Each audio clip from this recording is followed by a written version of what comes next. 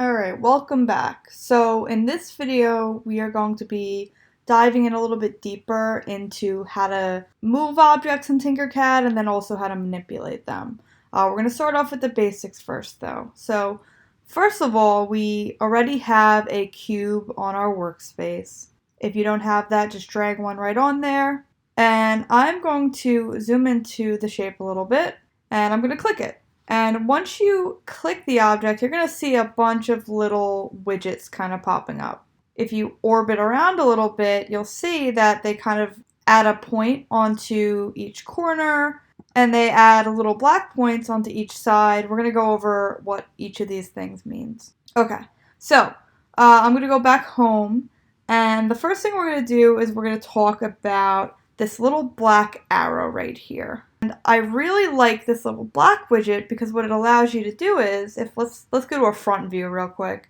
If I hold down this black triangle and then I drag up, it moves it off of the work plane. So we went over before how if you add a new cube next to this cube, it's not going to go on top of it, but if you put a work plane on top of that and then you put the cube, you can do that. But you can also just use this really cool little red widget here, and then you can move it right on top like that. So that is how you kind of stack objects on TinkerCAD. And that's also how you would move a shape up above another one. So I'm going to delete that. So of course we talked about how we can just kind of drag the shapes. That only moves it on the work plane. Like I said, the work plane is almost like a piece of tape, right? So whatever object you drop onto the work plane is going to be inevitably touching the work plane unless you tell it to, move up. All right. So we're going to go back to my little cube here.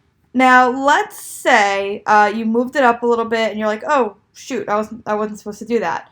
You could just drag it back down, but then you always run the risk of it being partially through the work plane, just like this. So what I would do in this scenario is I would click D on my keyboard, and that stands for drop.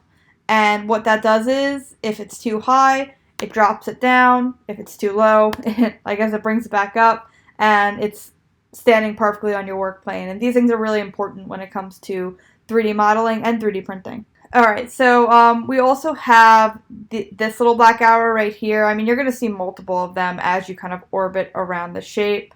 But these are simply rotation tools.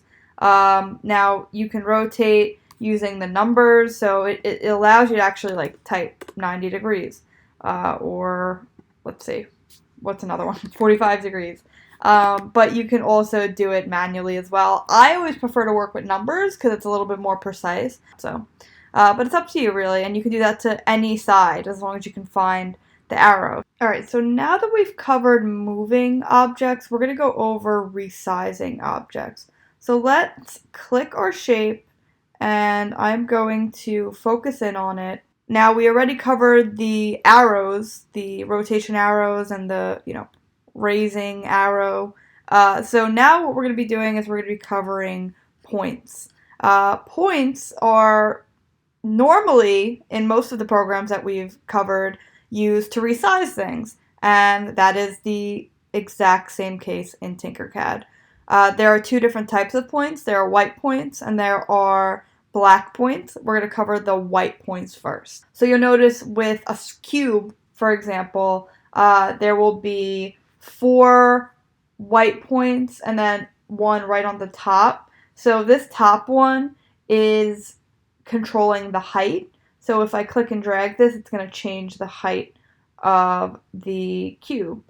And it'll no longer be a cube, it'll be more of a rectangle. So I'm going to undo that. So that's the first one. And now I'm going to zoom out a little bit. And let's take a look at these little white points here. Now, these white points will control 2 sides of a shape. So this one right here is on the corner between this side and this side. So if I pull it, it's going to control both of those sides. The only thing that's going to stay in place is this corner right here. And that goes for all of these other corners. So if I pull this one, only this corner is going to stay in place, and so on. Now, something to keep in mind with this is that you can also use these white points to proportionately change the size of a shape. So if I hold down this little white point, which by the way, I want you guys to notice that it turns red when you have it selected, and then you hold down Shift on your keyboard, there we go. So now that is a perfectly proportionate cube. I keep saying square, but it is a cube. All right. Now, last one we're going to be going over is the black points. And these black points are for specific sides. So this would be used to kind of like stretch out a shape as opposed to just like moving the corners and warping it. This is a little bit more, like these points will affect the length and the width a little bit more. So if I pull this black point here, it's making it a little bit wider and longer, etc. So really, really simple stuff. Last thing I want to go over with this is that you don't have to solely rely on these widgets. If you find them to be a little bit too precise and you're more of a numbers person, these little pop-up windows that come up right here, these are a really, really awesome tool for people who aren't really great with the mouse, want a little bit more specific, more control. Using these little scales right here will allow you to get the same exact effect that you're looking for. So let's say I wanted kind of like a more flat rectangle.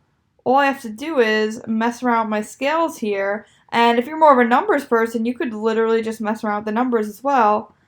And you honestly might get what you're looking for a lot quicker using that little menu. Now, what I will say is just for now, avoid the radius and the steps.